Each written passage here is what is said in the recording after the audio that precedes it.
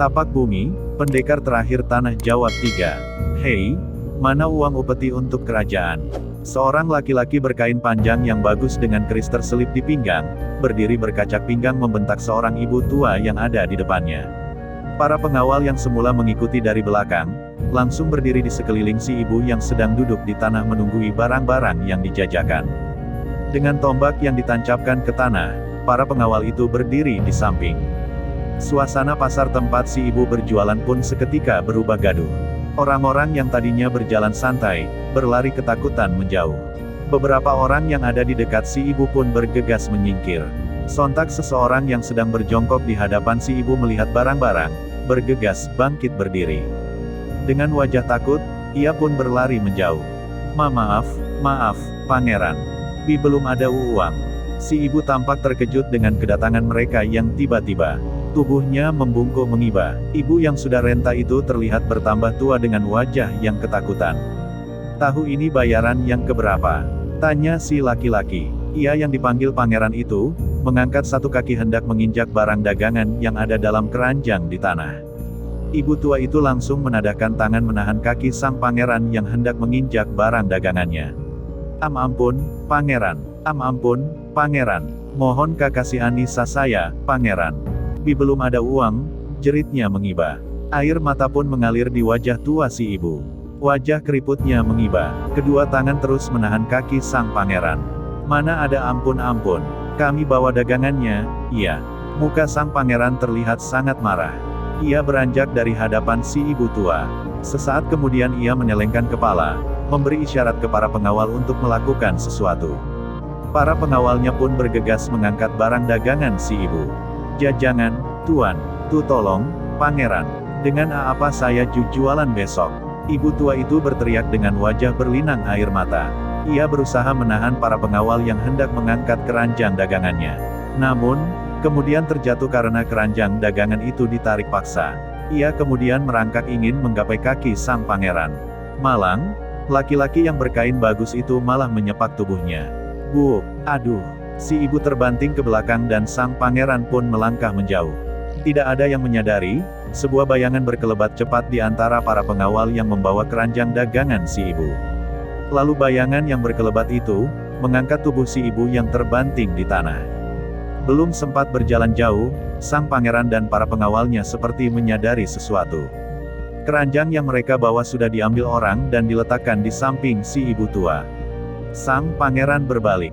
Hei, kau mempermainkan petugas kerajaan. Ia menunjuk ke arah seorang laki-laki muda berikat kain di kepala yang berdiri dekat si ibu tua.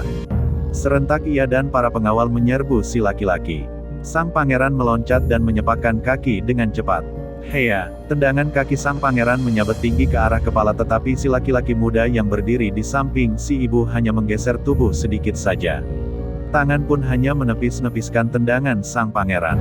Kelihatannya, si laki-laki memiliki keahlian berkelahi bak seorang pendekar.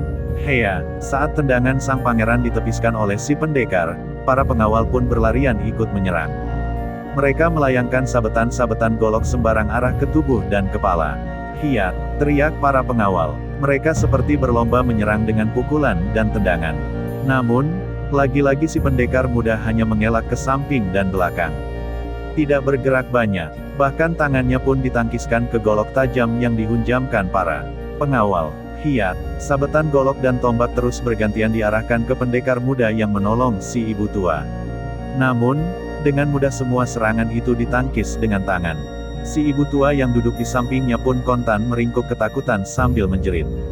Berhenti. Tiba-tiba ada bentakan. Mendengar suara itu, para pengawal yang tadi menyerang, sontak berhenti. Mereka menyingkir. Sang pangeran berdiri sambil memegang keris. Siapa kau, Kisanak? Tanya sang pangeran dengan mengangkat dagu. Pendekar muda itu tidak menjawab. Pura-pura tidak mendengar, ia malah mengencangkan ikatan kain di kepala. Hei, kau yang ditanya. Seorang pengawal menyorongkan tombak sambil berteriak marah. Si pendekar menyambut kedatangan tombak dengan menangkap besi tajam di ujungnya lalu mematahkan. Tring! Besi tajam itu patah lalu dilemparkan ke arah pengawal yang menyerang. Patahannya melesat kencang dan melukai wajah pengawal itu. Aduh! Sang pengawal yang menyorongkan tombak berteriak kencang karena terkejut. Pipinya terlihat berdarah. Melihat kejadian itu, surutlah nyali sang pangeran bersama pasukan pengawal. Pendekar itu berdiri diam menanti serangan. Di sampingnya, si ibu tua duduk meringkuk di tanah dengan wajah ketakutan. Namun kemudian sang pangeran melambaikan tangan, mengajak para pengawal pergi. Setelah mereka pergi, pendekar itu mengulurkan tangan membantu si ibu tua berdiri. Si ibu masih kelihatan takut, wajahnya pucat. Ia seperti tidak sanggup berdiri. "Jangan takut, mereka tidak akan kembali hari ini," kata si pendekar muda dengan lembut.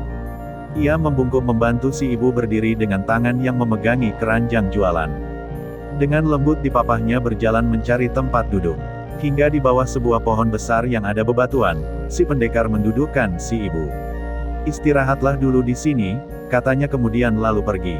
Orang-orang yang tadinya bersembunyi, satu persatu mulai keluar. Gubuk-gubuk berdagang yang tadi ditinggalkan, kini mulai dipakai lagi. Barang-barang dagangan pun mulai digelar kembali di tanah. Bersambung.